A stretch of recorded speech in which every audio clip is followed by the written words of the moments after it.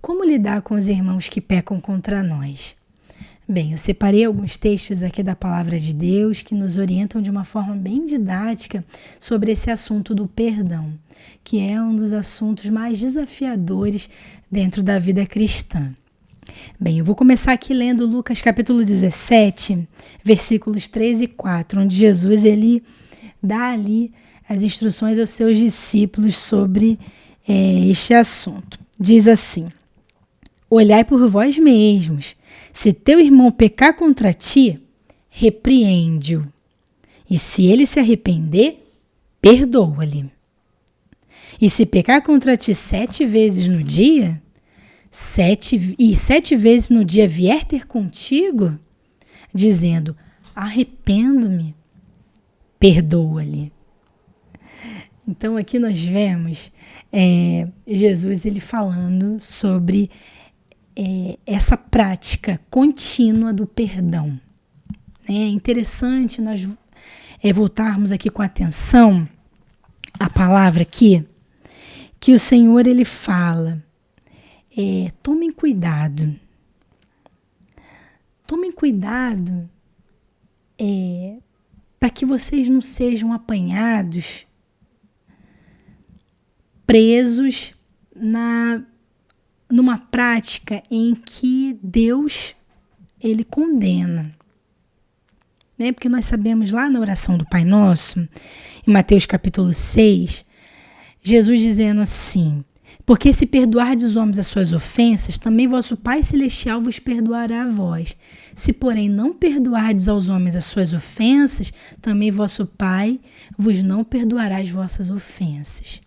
Então, isso aqui é algo que Deus estabeleceu para Ele aceitar o nosso pedido de perdão por causa dos nossos pecados, das nossas falhas. Nós precisamos estar vivendo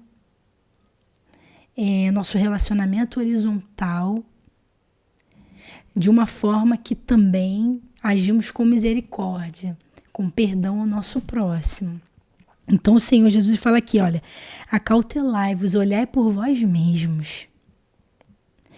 Então aqui ele orienta, essa é uma palavra para os irmãos, não é uma palavra que nós devemos aplicar para o mundo inteiro. Não. Porque às vezes a gente usa essa questão do perdão, que tem que perdoar todo mundo,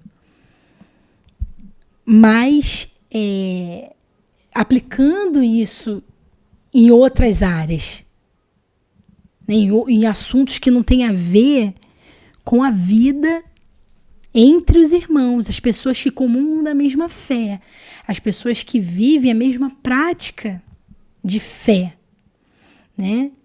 Então aqui nós precisamos ter cuidado, esse assunto é entre irmãos. Então aqui está dizendo, se teu irmão pecar contra ti, repreende-o. Então é nossa obrigação confrontar o nosso irmão no erro. É obrigação. Só que isso deve ser feito em amor, com alguém que luta pela paz. Porque em Mateus, no capítulo 5:9, o que o Senhor Jesus diz? Lá no Monte das Bem-aventuranças, né? Os mandamentos do Evangelho que ele trouxe de Deus. Bem-aventurados os pacificadores, porque eles serão chamados filhos de Deus. Então, a pessoa que é pacífica, não pacifista, mas ela é pacífica, ela faz com que esses conflitos sejam terminados, né, através da paz, através de uma conversa de paz. Então, isso precisa ficar bem no nosso entendimento.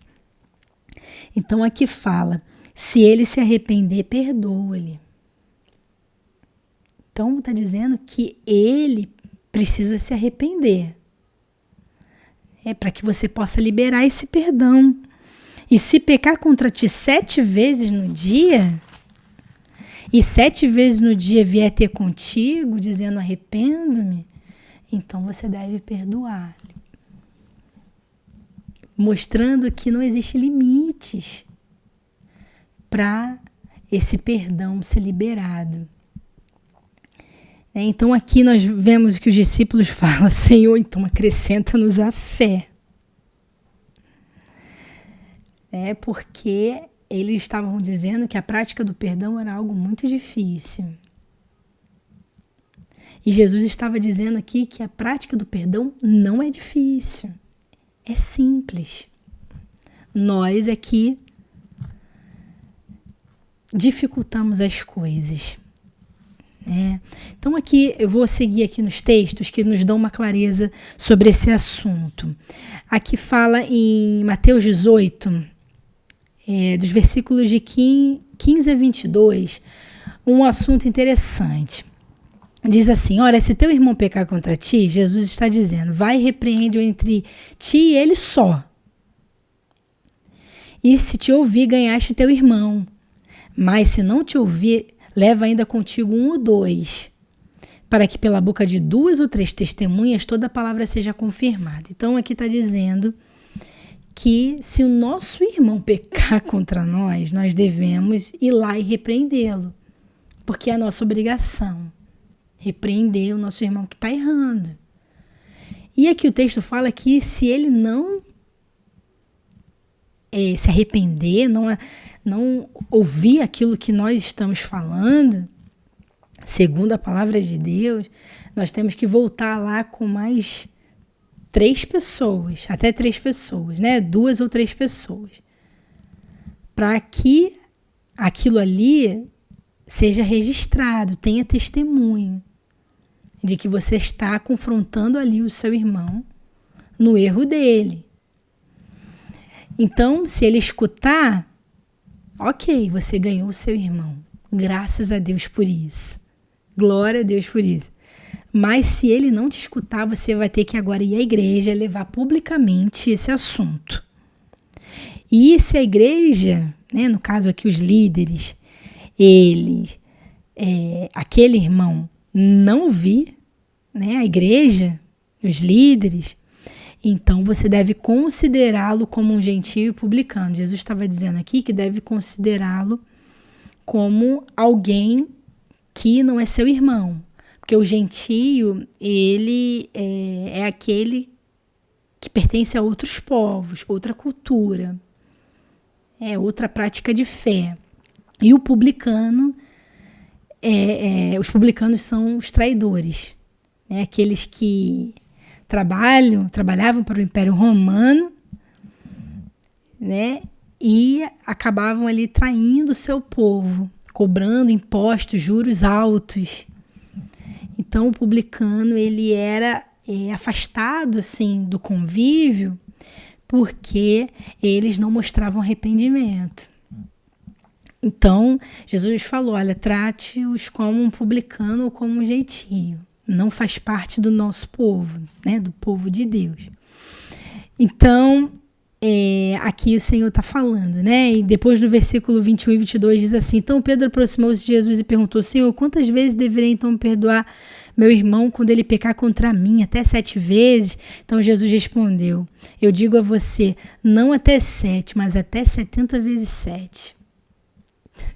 490 vezes ao dia você deve perdoar o seu irmão.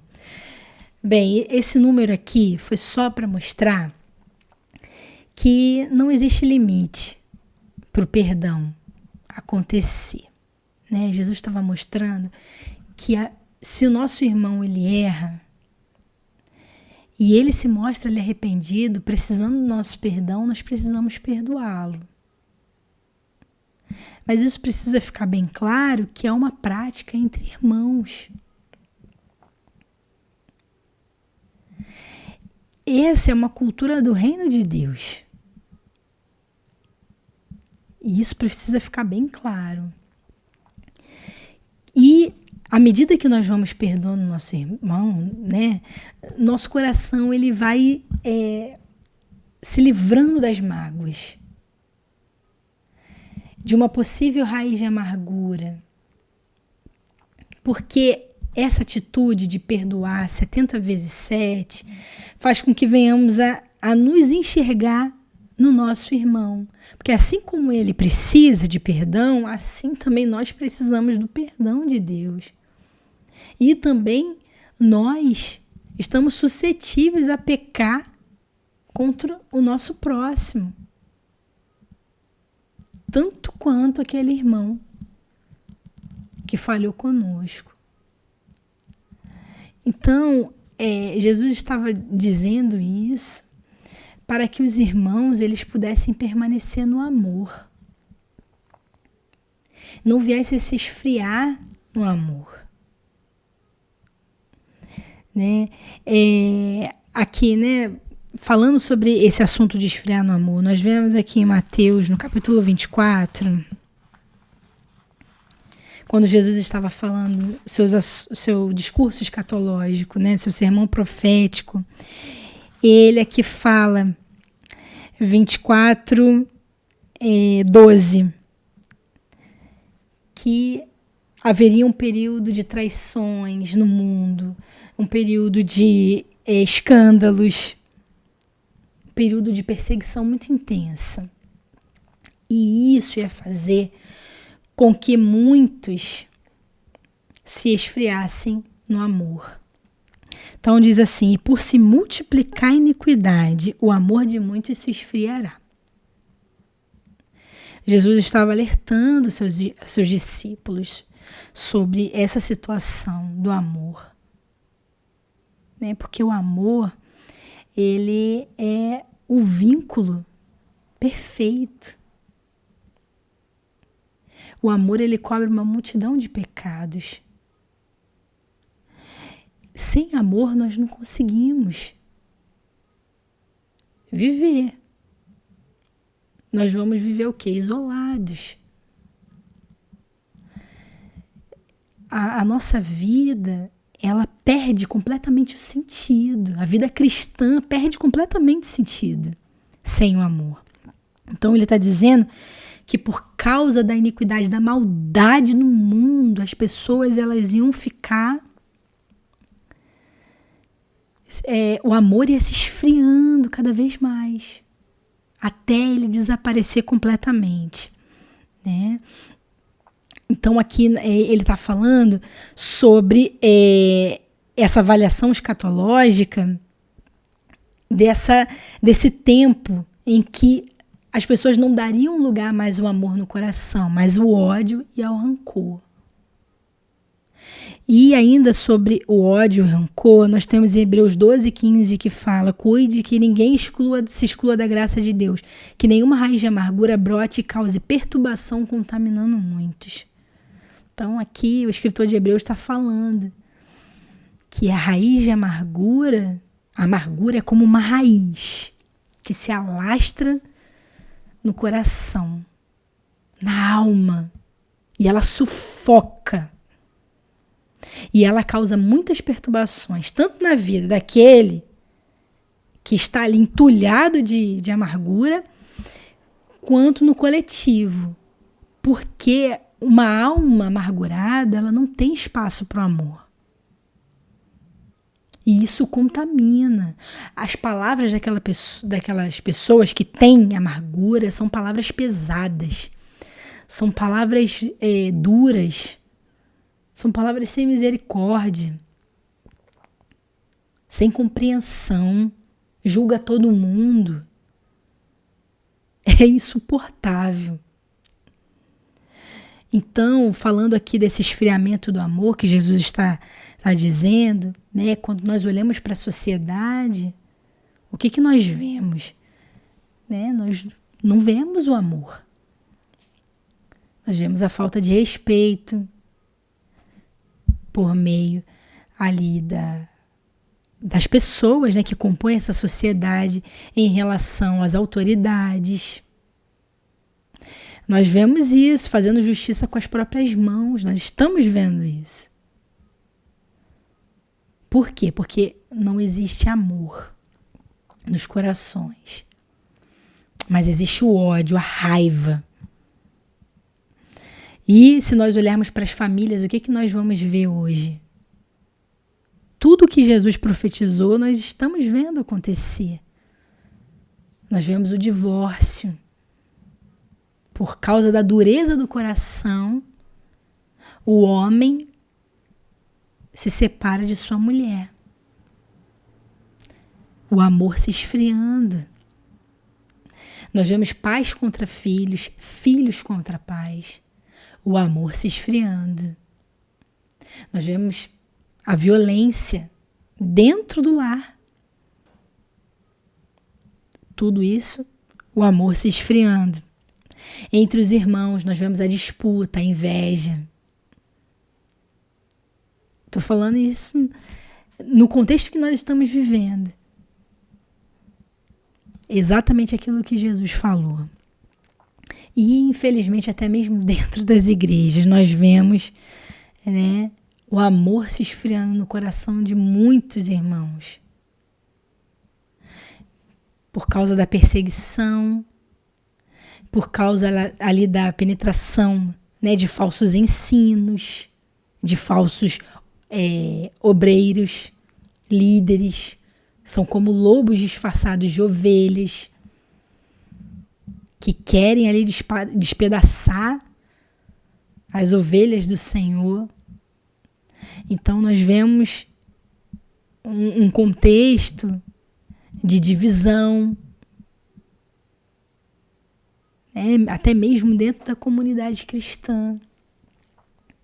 E por causa da perseguição, muitas pessoas acabam deixando a fé.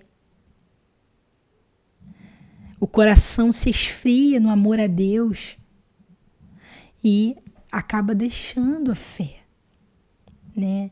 E qual é o antídoto para isso?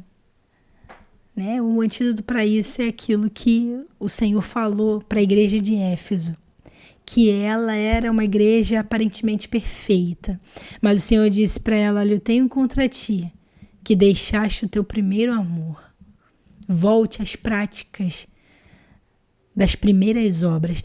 Esse é um antídoto para resistir esse tempo em que o esfriamento do amor estaria acontecendo no mundo, né? Porque o mundo está sendo preparado para a chegada do anticristo, que vai oferecer uma falsa paz e uma falsa segurança a essa gente sem amor. Então imagina um reino, o domínio do planeta Terra nas mãos de pessoas sem amor. Que situação vai acontecer no planeta Terra? A ira de Deus vai ser manifestada de uma forma como nunca houve em toda a história humana, né? Então, assim, a palavra do Senhor é o antídoto. Volte às práticas das primeiras obras, para que possa combater esse esfriamento do amor, essa falta de amor que gera tantos problemas na sociedade, tantos problemas na igreja, nas famílias e entre os irmãos, né? Como é o assunto de hoje, falando sobre o perdão, né? O perdão que precisa ser tratado entre os irmãos. Amém? Amém.